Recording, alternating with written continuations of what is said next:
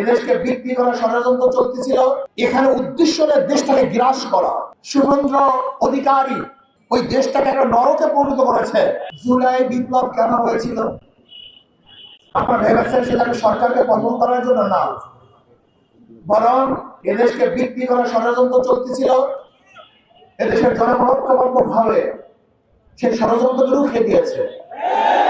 জীবনের বিনিময় তাবেদার সরকারকে উৎখাত করে এদেশকে রক্ষা করার জন্য জনগণ চেষ্টা করেছে, সাধনা করেছে, রক্ত দিয়েছে, পঙ্গু হয়েছে। আমরা কি চাই? আমাদের স্বাধীন দেশে স্বাধীনভাবে বসবাস করতে চাই। 92% মুসলমানদের দেশে ইসলামের খেলাফ কোন আইন হবে এটা আমরা চাই না। সাম্প্রদায়িক সম্প্রীতির এই দেশ আমরা চাই না। এখানে হিন্দু, মুসলমান, খ্রিস্টান, বৌদ্ধ কেউ কোন অবস্থাতে অ্যাসাল্ট হোক, অপমানিত হোক, অপদস্থ হোক, লাঞ্ছিত হোক, তারা ধর্ম পালন করতে পারবে না, এটা আমরা চাই না। কিন্তু এইটা আমরা চাই না যে ধর্মের নামে ধর্মকে আড়াল করে সামনে রেখে এদেরকে বিক্রি করার ষড়যন্ত্র করবে, সেটা আমরা চাই না। আমরা জানেন বাংলার মানুষ কিন্তু যারা হিন্দু সম্প্রদায় তারা কিন্তু দেবী ভক্ত, রাম ভক্তরা।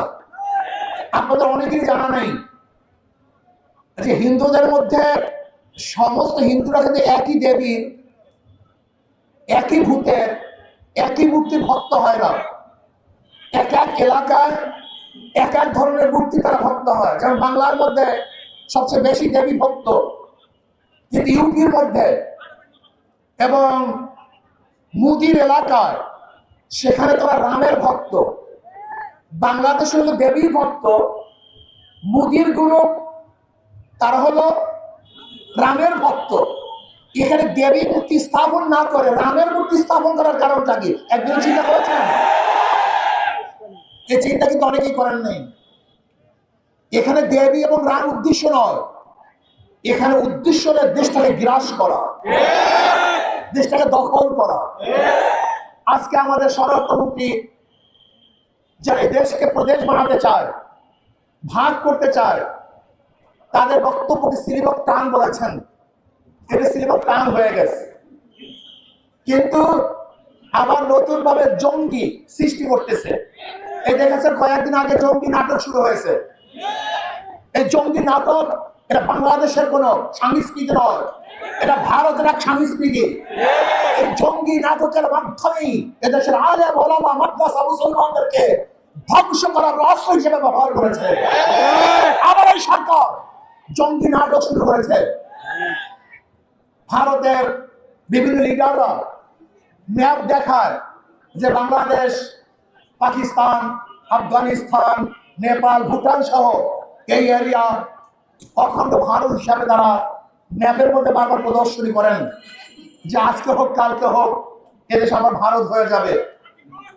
শুভেন্দু অধিকারী সে তো আসার পরে ওই দেশটাকে একটা নরকে পরিণত করেছে, খুনের রাষ্ট্র পরিণত করেছে, ধর্ষণের রাষ্ট্র পরিচালনা করেছে। সেখানে মেয়েদেরকে ধর্ষণ করে হত্যা করা হয়েছে। আজকে সেখানে মসজিদকে ভেঙে দেওয়া হচ্ছে, মাদ্রাসাকে গুড়িয়ে দেওয়া হচ্ছে। আজকে জোরপূর্বক মুসলমানদেরকে শ্রীরাম বলতে বাধ্য করা হচ্ছে। এ দেশকে দখল করার হুমকি দিচ্ছে। আমি স্পষ্ট বলবো, বাংলাদেশের মানুষ সজাগ হন, সচেতন হন। এ দেশকে রক্ষা করতে হবে। আমরা জীবন দিয়ে হলে দেশকে রক্ষা করব।